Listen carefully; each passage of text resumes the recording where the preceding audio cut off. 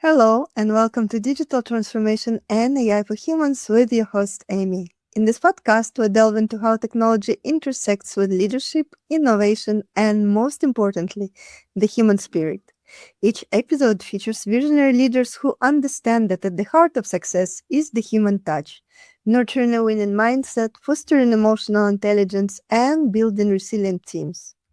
As AI systems increasingly shape decisions about hiring, leadership, performance, and risk, something subtle but profound is happening beneath the surface. Power shifting, responsibility is diffusing, and human judgment is quietly being placed under algorithmic pressure. Today's conversation explores what happens when leadership decisions are no longer made only by people, but by systems built on assumptions about human behavior, performance, and potential. My amazing guest today is Jason P. Carroll from Austin, Texas.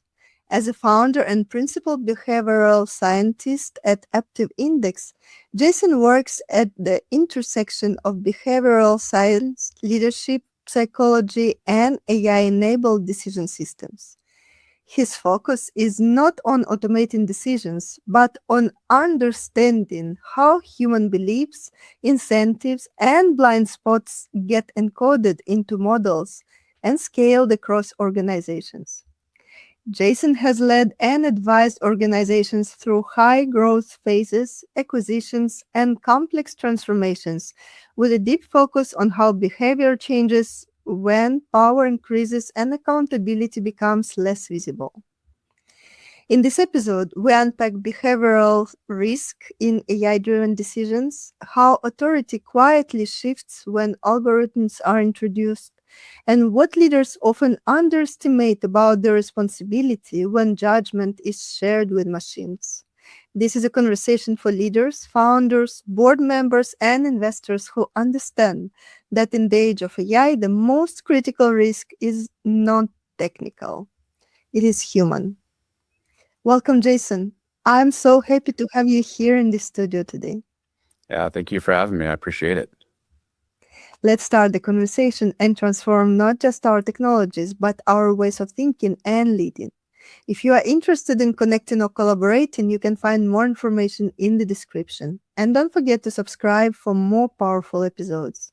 And if you are a leader, business owner, or investor ready to adapt, thrive, and lead with clarity, purpose, and wisdom in the era of AI, I'd love to invite you to learn more about AI Game Changers, a global elite tribe for visionary trailblazers and change makers shaping the future. You can apply at aigamechangers.club. Jason, to start with, I would love to hear more about yourself, about your journey, about your story. Could you share with us your story, please?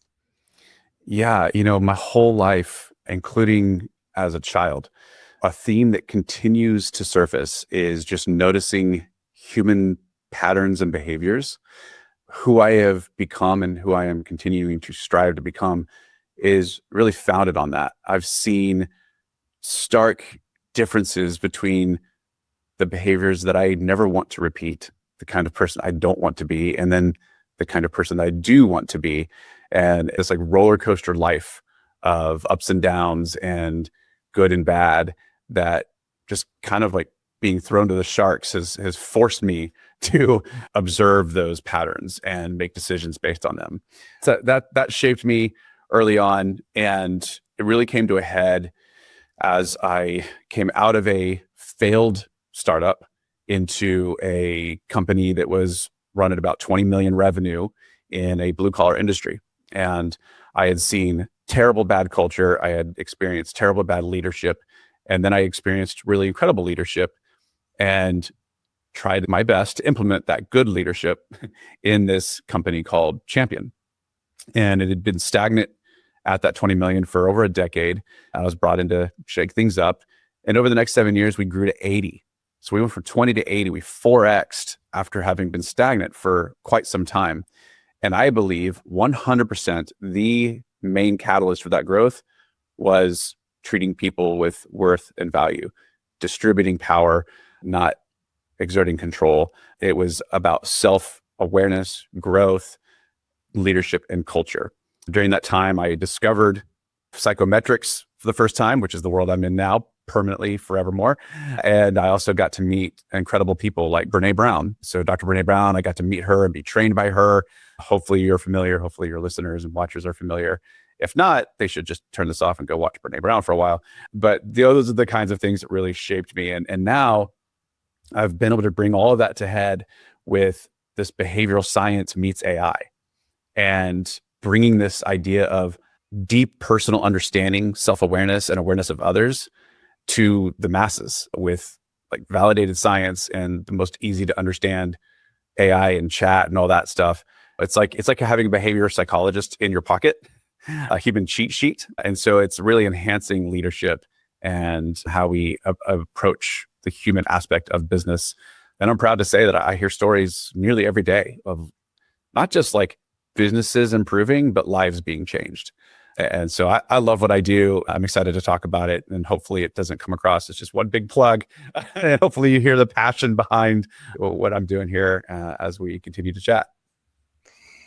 Thank you so much for sharing, because this is like balm on my soul.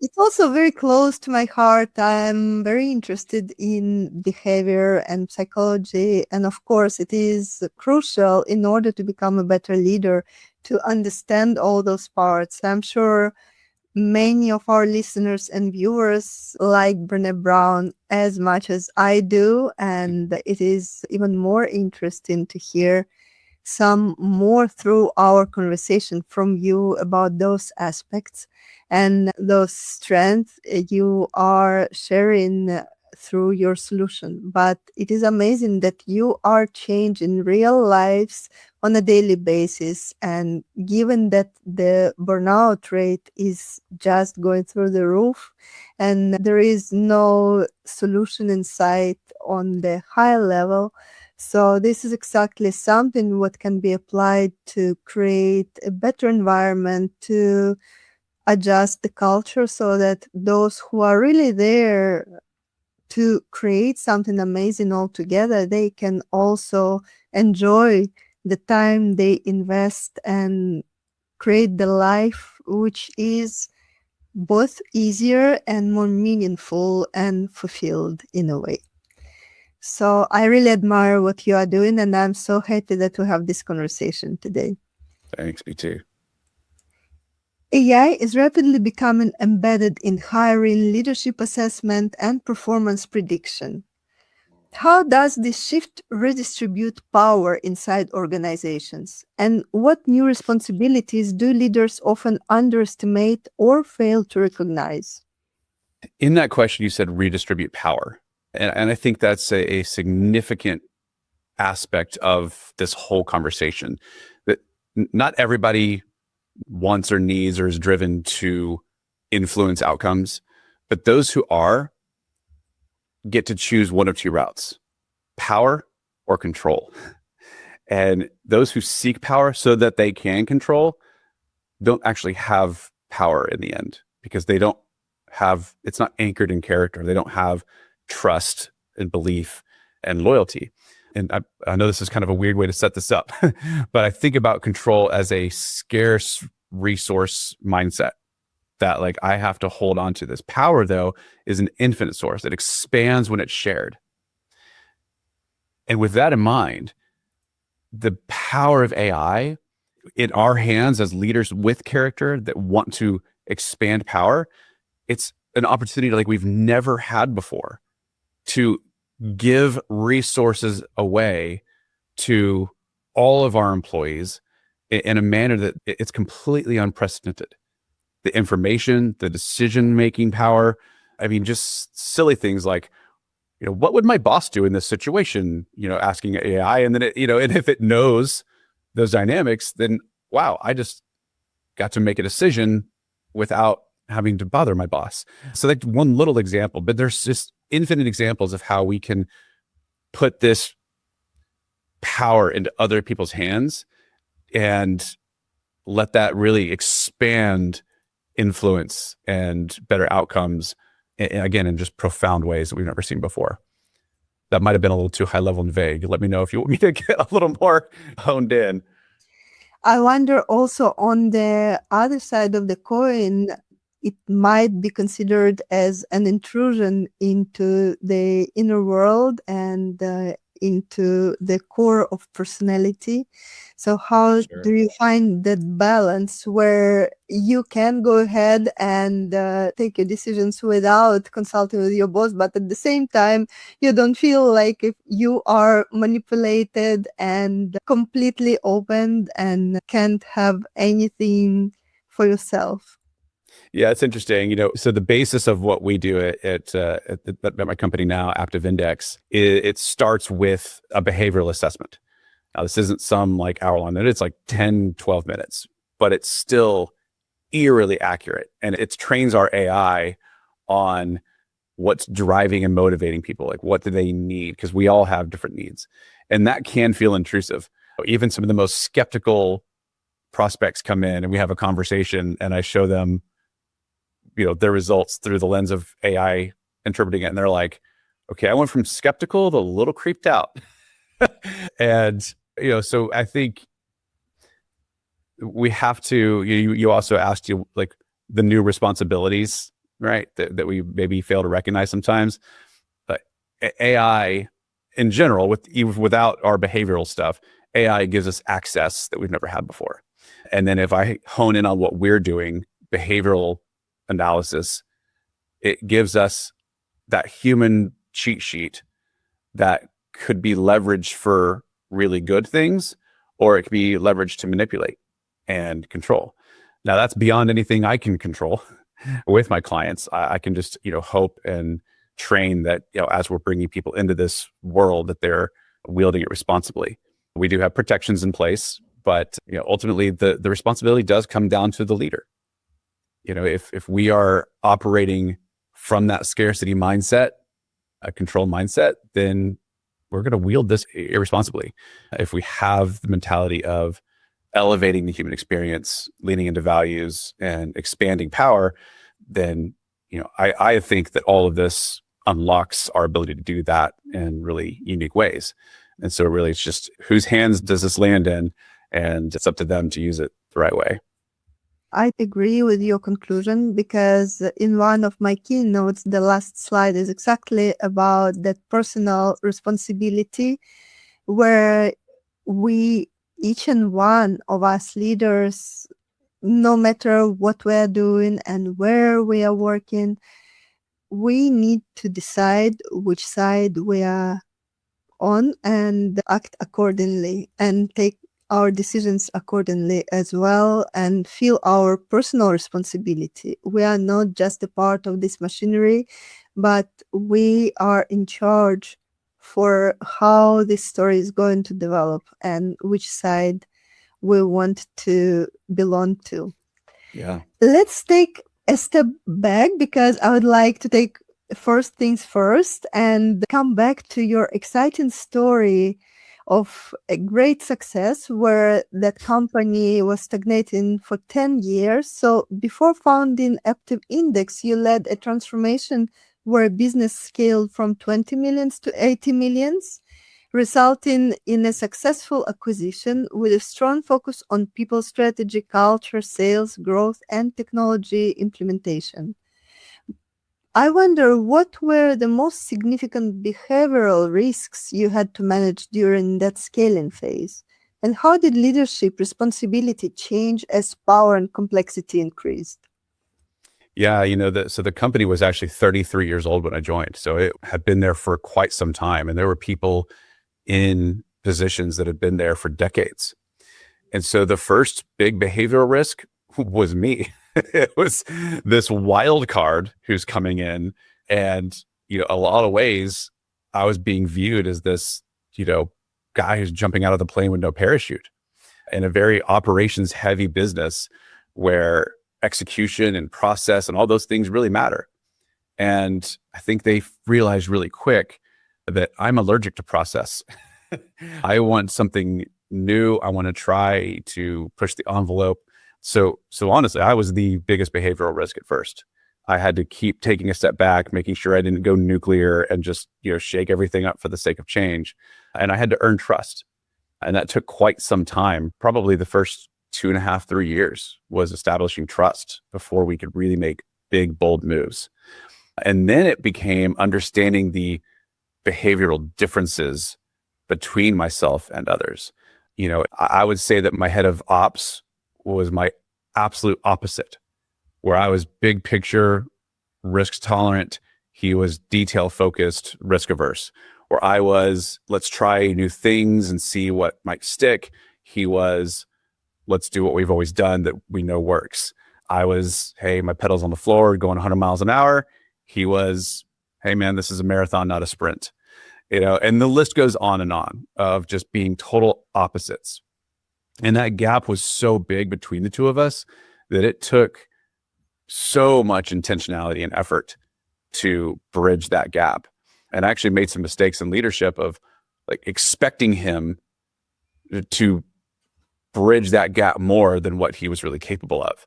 And so, I realized this is my responsibility as the leader to bridge that gap, and ended up, as a result, making some big personnel decisions, bringing some people in who could help bridge that gap. And instead of me putting expectations on folks that were just way outside the realm of how they were wired. And so really that was the leadership. It was, how do we figure out what these gaps are and what these strengths are and play to those strengths and overcome these gaps. Yeah. So hope that answers the question there. Yes, definitely. And it's a very interesting story. And I think the part about the gaps, first, you can think that it could be potentially a dream team because the two of you basically incorporated all the extremities of what is needed to cover whole the range. But at the same time, practically, it's close to impossible to move forward without creating that dissonance and breaking something along the way. Yep. So there is no sustainable way or virtually no way to move forward sustainably until you close that gap. So your personal leadership experience is exactly something so valuable because it is increasingly more important to be flexible enough and be ready to adapt to bring on board new types of profiles and cover the gaps in case if it's needed in order to create that success. Very interesting. And from here, I would like to look a few years ahead. And from the story I know by now, you work on the premise that most business problems are people problems. As AI systems increasingly shape decisions at scale, where do you see the greatest behavioral risk to human judgment emerging over the next 3 to 5 years? What's interesting is I don't think AI changes the biggest behavioral risk. I think that, like you said, I do believe most business problems are people problems. And I think the biggest risk is assuming that other people's perspective is like our own. And I think that's always been one of the biggest risks. It was mine with my director of ops, to go back to the example, like, how does this person not see 5 years ahead? How does this person not understand we have to take risks? He's looking at me going, how does this guy not understand that, change for the sake of change is going to sink us? How does he not get it? What we're doing right now works. And if we break it, things might crumble. Right. And so we each had our own perspective and couldn't even fathom the other person's perspective. And AI actually can help with that. In fact, it does. That's our clients, one of the big things they use it for, but that's not really innate. Like, we have to train that. We had to build tools around that. So AI, like just ChatGPT or Claude or Gemini, by itself is not going to change that. And I don't think it's going to introduce necessarily new risks or solve that risk. I think that we're going to continue to lack perspective taking, and it's going to cause friction and butting heads and continued business problems. At least it's not going to change to the better potentially, but it might introduce new problems. But it might also bring some new solutions. Let's see how it goes. Very interesting. Well, in the work I do, because we're measuring these behavioral drives. It's some of the biggest light bulb moments are when we talk about certain traits with, especially with the CEOs, where I say like, hey man, more than half of your employees want to be told what to do. Not in a way that strips their autonomy, right? Not micromanaging, but they want clear direction. They want you to actually give them marching orders and paint what done looks like, what good looks like. And they're just sitting there going, what? Why would anyone want to be told what to do? It's like that's like the first trait we hit on during training. And it's like a big light bulb moment. And we've only hit 1 out of 8. And so these light bulb moments keep happening of, oh my gosh, people are experiencing the world that differently than me. And so getting that understanding from the science piece is the first step. And then we get to take that learning into our AI that's been trained on all of these traits and knows everybody's scores, et cetera. And you don't have to even guess anymore. I could say, I could type into Aria, why is Emmy, perceiving this way? And it would tell me because it would know your profile. So AI absolutely can overcome these risks in really eerily accurate ways, but you have to be intentional to pursue AI in that way. This is very interesting. And intentional, that's the key word. No matter what you are doing, intention is crucial.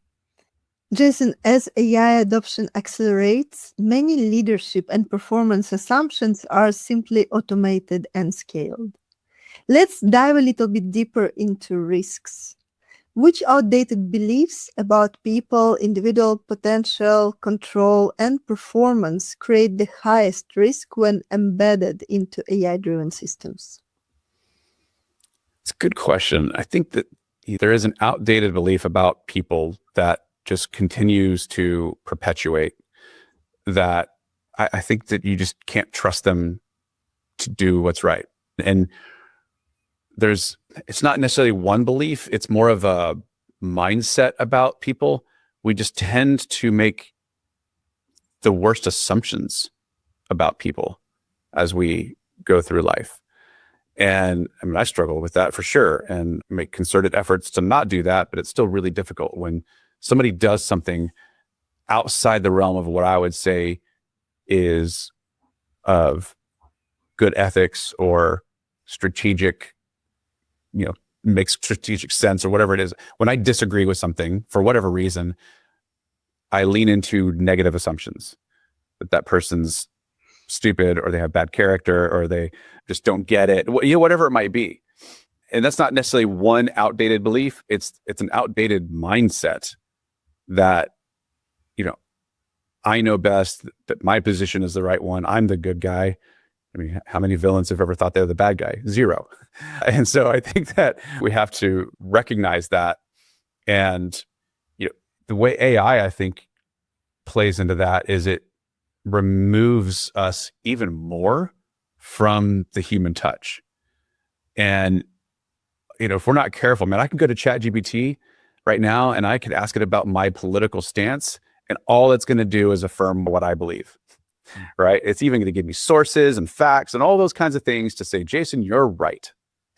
And so if I'm using it that way, and then I go to a person who has different beliefs than me, I've set myself up for human failure because I'm going to assume that person hasn't done this work, or they're only being fed lies.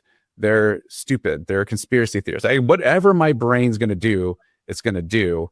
And I think that the risk of that is higher when we are conversing with a robot more than we're conversing with a human. That's a great point. And that balance is very much impacted today. So once again, we need to decide how we are going to live our life and how our reality is going to look like, through choosing as well whom to communicate with. And oftentimes I see humans lean into choosing AI-driven company. And that's something what is going to change the future, definitely. The Aptive Index focuses on behavioral drivers that predict how people actually are and how they work, rather than how they describe themselves. Who is mostly using your assessment? And why does this behavioral lens to predict success become essential, not optional, as AI systems grow more capable and influential? Can companies succeed without applying these type of assessments and still finding the best possible way to optimize their culture and create internal and external success? I love that tack on question at the end because it plays to an exercise we do in training sometimes where so the who at first is right now mostly smaller companies, anywhere from 10 to 100, 200 employees. I'm usually starting working directly with a CEO and their executive team, and then things kind of go out from there. So this is not really an HR tool the way I thought it might be. It's a leadership and a daily strategic tool used by the kind of main people in charge. So that's the who. The why it matters is it's a leg of the stool, so to speak, that we never had access to before when the other legs of the stool are failing us tremendously. So what are the legs of the stool of hiring? Okay, we look at skills, experience, formal education, right? That's like a big one. Well, statistically, we've actually known since the 80s that skills, experience, and formal education have almost zero predictive quality in terms of, is this person going to be successful? It's never been something that gives us a guarantee or even confidence that somebody's going to succeed in a role, yet we keep looking at it. And what's our main way of looking at someone's skills and experience? The resume, right? Well, who wrote just about every resume that exists today? ChatGPT. Right? The human's not even writing the resume anymore. 74% of people admit to lying on their resumes. And so we're looking at these just masterpieces of AI fiction when we're scanning a resume. We've learned nothing about a person. And what we have learned doesn't actually predict success. Okay, so that's one leg of the stool completely failing us. Then there's the interview process. This is our best shot. And it's a great one, but I could ask every one of your listeners, how many times have you seen a great resume, had somebody do really well in an interview, and then they bombed? And if we were raising hands, everyone's hand would go up, right? We see it all the time. And so what's happening? And why are we still on this system where we look at a resume and then we interview and then we hope for the best? It's because we don't know that there's any other leg of the stool. And that's where these behavioral drives come in. I can look at a chart and within a split second, I could tell you what kinds of jobs you would hate and what kind of jobs you would actually really enjoy and thrive in. You know, there's no amount of money in the world you could pay me to become your accountant. It would never happen.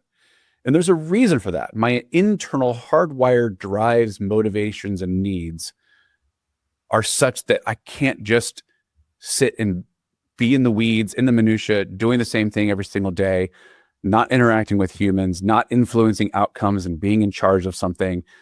I can't. And yet I could give that description to a whole population of people and they'd be like, yes, that sounds great. Like, I don't know anything about accounting, but you're telling me I get to go to work and I don't have to interact with other people all the time. I don't have to be making big critical decisions or like, you know, being assertive and closing a sale. And I get to like have routine and predictability and perfect a task. Yay.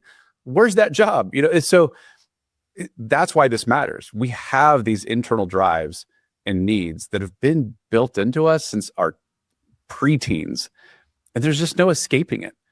I'm not talking about strengths and weaknesses. We can hone our strengths. We can get better at our weaknesses. These are like what's driving those strengths or weaknesses, and we can't really change that.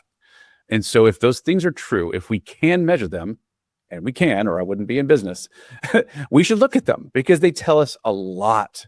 They are far more predictive than any of the other things that we have at our disposal that we've been using and failing and having mishire after mishire and bad leadership and promoting the wrong person, all these things that plague our businesses, there is a pretty darn good solution. It's not a perfect one, but it's a heck of a lot better than anything we've had before. Sounds promising. Yeah. The last thing you said, like, oh, how did you ask it? Like, it reminded me of an exercise I do where at the end of it, after like a couple weeks, we'll do a follow-up training, and I'll present 2 applicant summaries, essentially, of like, hey, here's how the interview went, here's what their skills experience are, all these things, here's what we graded, and they're about equal. Who do we hire, candidate A or candidate B? And they go, well, what are their Aptive scores? Like, no, you don't get those. How are you going to make the decision? And they're like, what? How do you hire somebody without this data? I'm like, I don't know. 2 weeks ago, that's what you had to do. How did you do it then? And they just go, I mean, they can't even fathom going back to not having this data. It's like they're confused. They gaslight themselves of like, did I really ever even hire somebody without this? How did I do it? And so that's, I forget how you asked that final question, but that's how I would answer it. Exactly. That's impressive. There is life before and after Jason's Aptive Index. That's really cool. And I can imagine, because you can't unsee what you have seen. So Yeah. once you saw this solution, you can't navigate without it anymore, because it's Yep. not the same at all. But that's amazing. There's a warning there, though. Once you're a client, you're pretty much stuck. We won't take advantage of that, I promise. But the majority of our clients are using the AI piece every single day. Within 24 to 48 hours, the majority of our clients have AI logs in the system, which means they're using this tool all the time, not just for hiring. And so they can't fathom a world without it. It's the before and after Aptive Index. Amazing. Now I'm curious, what are the types of roles, as example, which are using that data, and what do they find there? What type of questions they have on a daily basis to be answered by Aptive Index? Yeah, I mean, so most roles this applies to. There are some that it doesn't. Like, there are some roles where any variety of kind of somebody's wiring can succeed for different reasons. Even then, we get to use the AI to say, hey, how do I set this person up for success versus this person? But most roles have pretty clear, what we'd call behavioral targets that would be considered ideal. Like the hunter salesperson who has to have this aggressive, very, directive hunter mentality, close deals quickly, always flying over the seat of their pants, right? High intensity. Like that is a role that if you take, your CPA, your accountants, and say, hey, go do this sales role, they're probably not going to do so hot. And then vice versa. So I'd say most roles that this applies to. So actually, the assessment is completely non-biased and there's no right or wrong, good or bad answers or anything like that. And so it's already done a lot of the heavy lifting. And so what AI helps us do is customize that interview for that person in that role. So we'll look at, there's behavioral alignments. This person's, precision attribute lines up with what we wanted, but how can we confirm that, right? What if the person tried to game the system or, whatever else? Well, the AI is going to give us questions to validate those alignments. And let's say there's a mismatch in one of the attributes. Let's say my candidate has really high intensity, but I really preferred low. Right, this person's inner activation is really high. They're just like, let's go, go, go. Everything's on fire all the time. But I was really hoping for somebody a little more deliberate who can slow down and be a little more paced. Well, the AI is going to help ask these behavioral descriptive questions that help me know, does this person have self-awareness and do they have coping strategies specific to that behavioral misalignment? When I say misalignment, it doesn't mean that they failed. It doesn't mean there's something bad. It just means what would be perfect in an ideal world isn't lining up, because it rarely is going to line up 100%.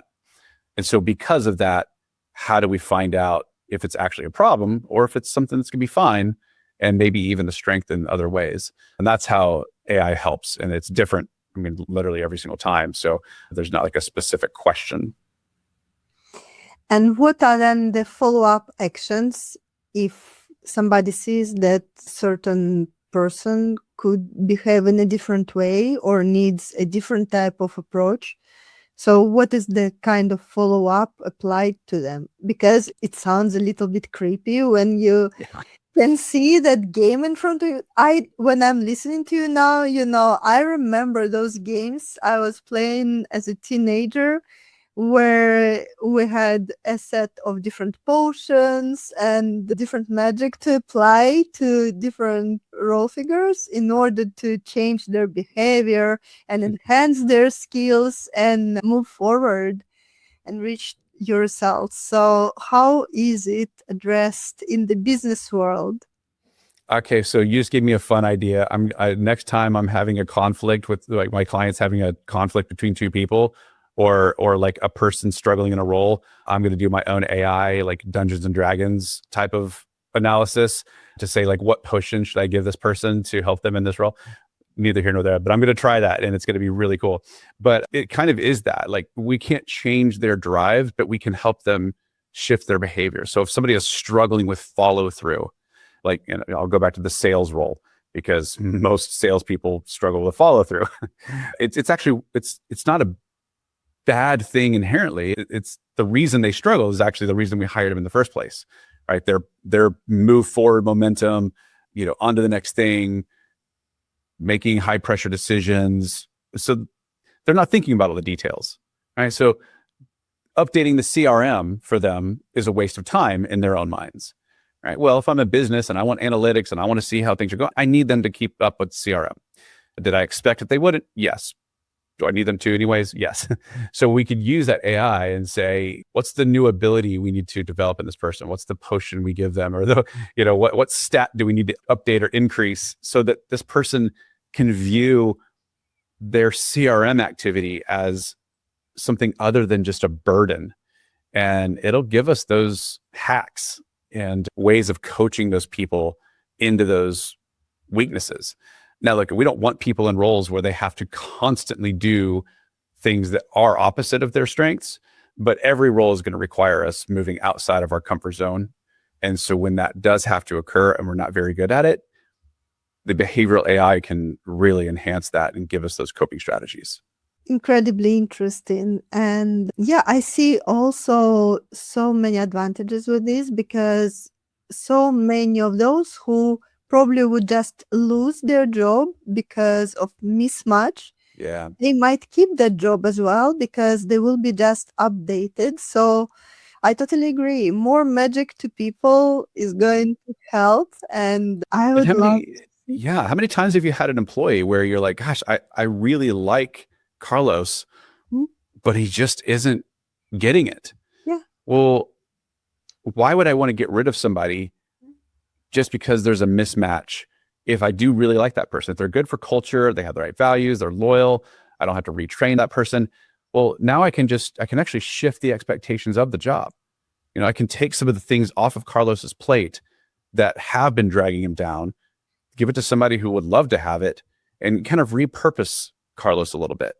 Right. And I wouldn't have known that I needed to do that. I wouldn't have necessarily seen the disengagement and the stretching of his wiring if I didn't have this data. And now that I have it, you're right. It's not a bad thing. It doesn't mean that this person needs to be exited necessarily. It means I have to make some leadership decisions, and those decisions can benefit both the person and the organization without exiting or making a decision that I don't want to make. Exactly. I see it creates more freedom for those who are working so that they can really get more comfortable position in their business. And for leaders, it brings so much more clarity so that it becomes easier to see in the long-term perspective and also on a daily basis how to upgrade whole the structure so that it works and connects in the best possible way. I really like this approach. Many leaders believe AI will reduce bias and increase objectivity. From a behavioral science perspective, how do AI systems instead amplify behavioral bias and risk, particularly when leaders delegate judgment without fully understanding the models? Yeah. So it comes back to the responsibility of the user and realizing that AI really can't help itself. It's going to please its user.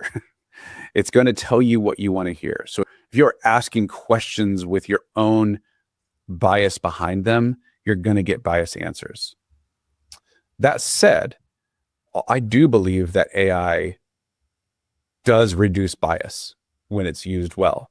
There's some fascinating studies of people chatting with an AI bot.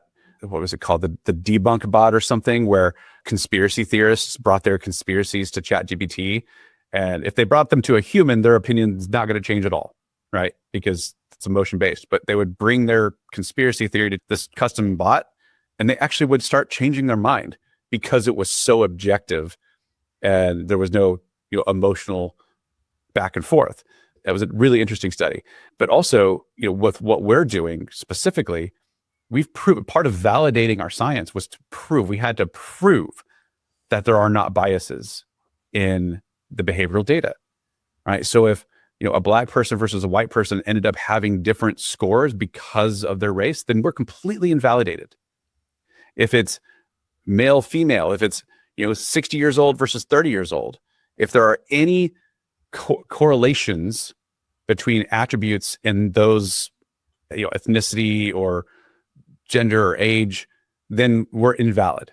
So we had to build a system that where there weren't correlations, which means now that the data being fed to our AI is already without bias, right? So I can chat about somebody's assessment results and behavioral data, and I don't know their name, I don't know their gender, I don't know their age, I don't know the color of their skin or anything like that. So it actually is a pretty incredible way to remove and reduce bias from the get-go. The risk, though, is later on. Once I have that data, if I don't like Carlos, I'll be able to convince AI that he's not a good fit, and so we still have to understand that we have biases. And if we bring those to AI, we're going to get biased answers back.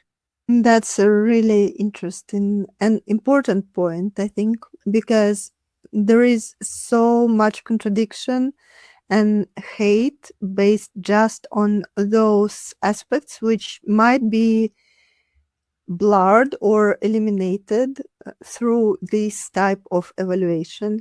But at the same time, when you are mentioning conspiracy theories and everything else, we've seen through the years that there are so many facts which were taken in one way and then it turned out that it was something completely different. So how do you address that so that you leave some space to the probability that maybe this is not 100% truth and you've done your homework to get rid of the biases, but still this might change and humans deserve to get that flexibility within the frame?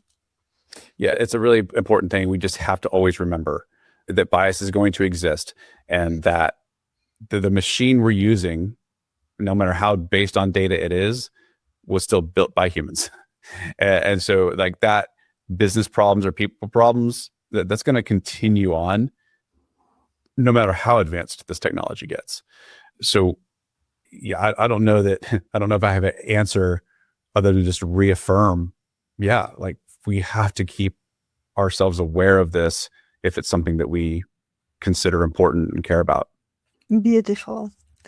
Jason, looking ahead, AI systems will increasingly recommend or take action, not just provide insights. Where is the line between AI as decision support and AI eroding leadership responsibility and critical thinking?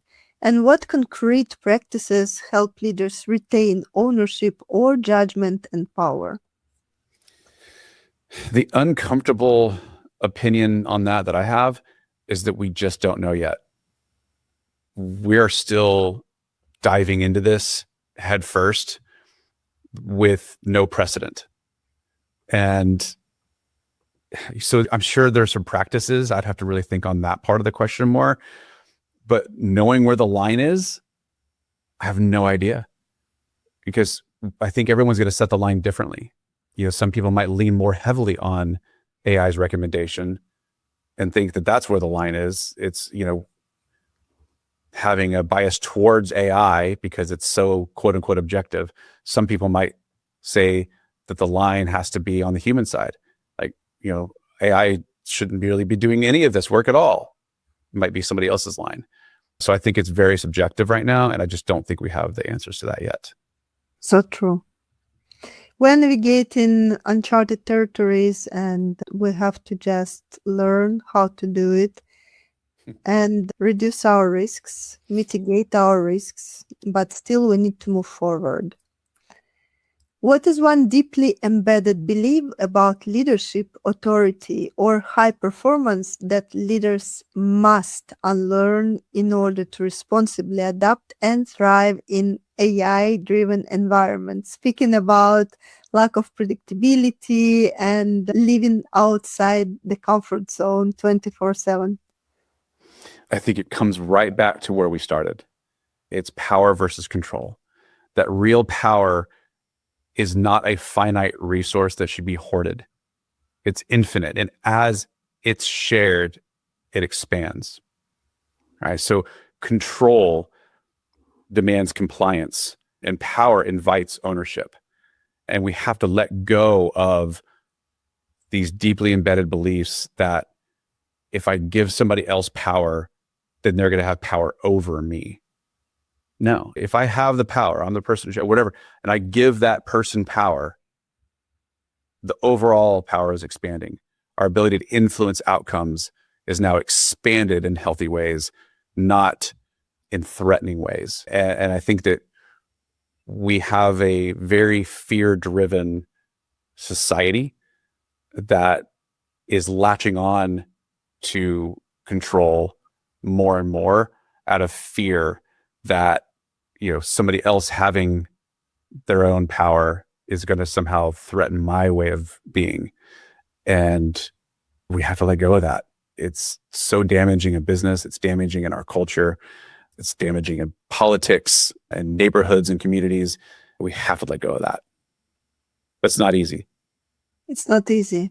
And another question connected to this one, and I totally agree. In the best of the worlds, it would be amazing to see power expansion and give as much power as possible to every individual. But given that there were so many generations of individuals raised on scarcity, on competition, on division, on hate, on all those competitiveness and luck and fear-based values, how can we dare giving power to everybody when it's obvious that not everybody has good intentions, and then it's going to lead to certain type of outcomes which are not going to be as amazing as they could be if we would have a different operational system inside, but still we are as we are.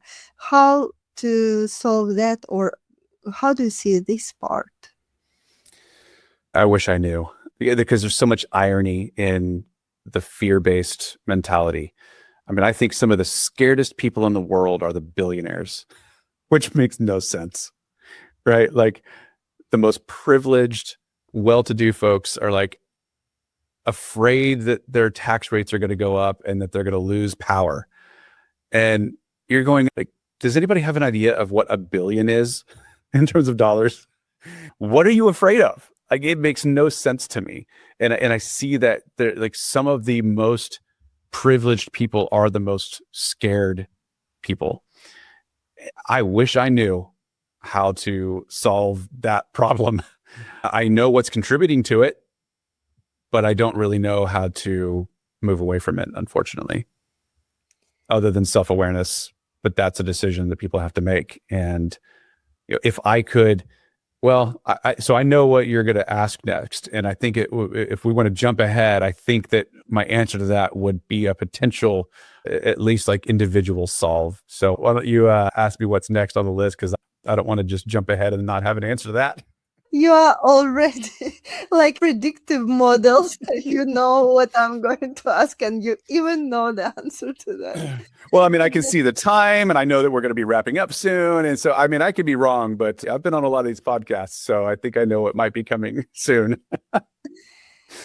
That's amazing. Yes. But the last one, which is going to wrap up today's conversation. And I love this conversation, and you had so many great points.